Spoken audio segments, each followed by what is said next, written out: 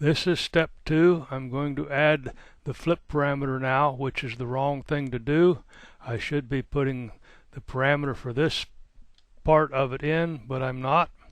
And I'll explain as I go along. BE to start to work on it. 2 enters, and we're in here now. Now I'm going to put in the flip parameter, and I'm going to choose flip down here. We flip it about the center. We pick here. And if I go up with the ortho turned on by F8, see the lines here. If I go up and pick, now when I put my arrow in, it is pointed in the direction I want to flip things to. I have to go in here and cautiously get a hold of the arrow, and now I'll drag it out here to where it's outside of the object that I'm working with, so that I don't have one thing over top of another. I place it there, and now we have it in the drawing. Now we're going to put the action for it.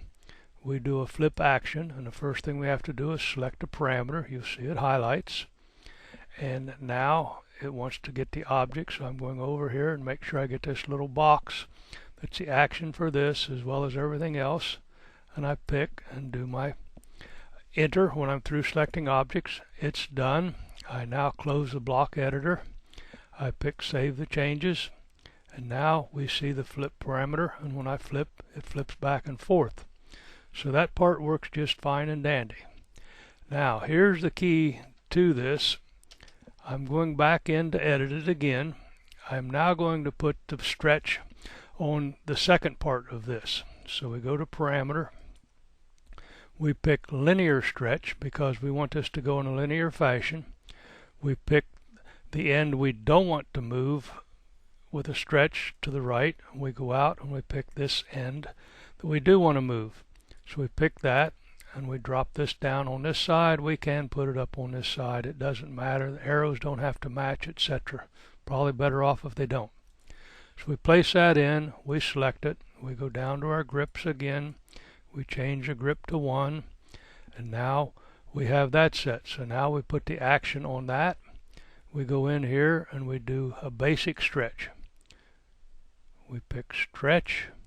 We select the parameter we want to stretch. There's the red dot point there. We pick 1 time. And now we have to do a stretch around everything that we want. So we wheel out whatever.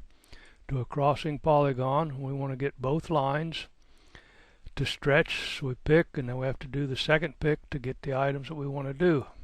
So now we do that. And now we're done with that part of it. So let's close the block editor. Pick save changes. Select this. And now notice the little blue stretch here for this, how this works. But watch when I do a flip. It doesn't move.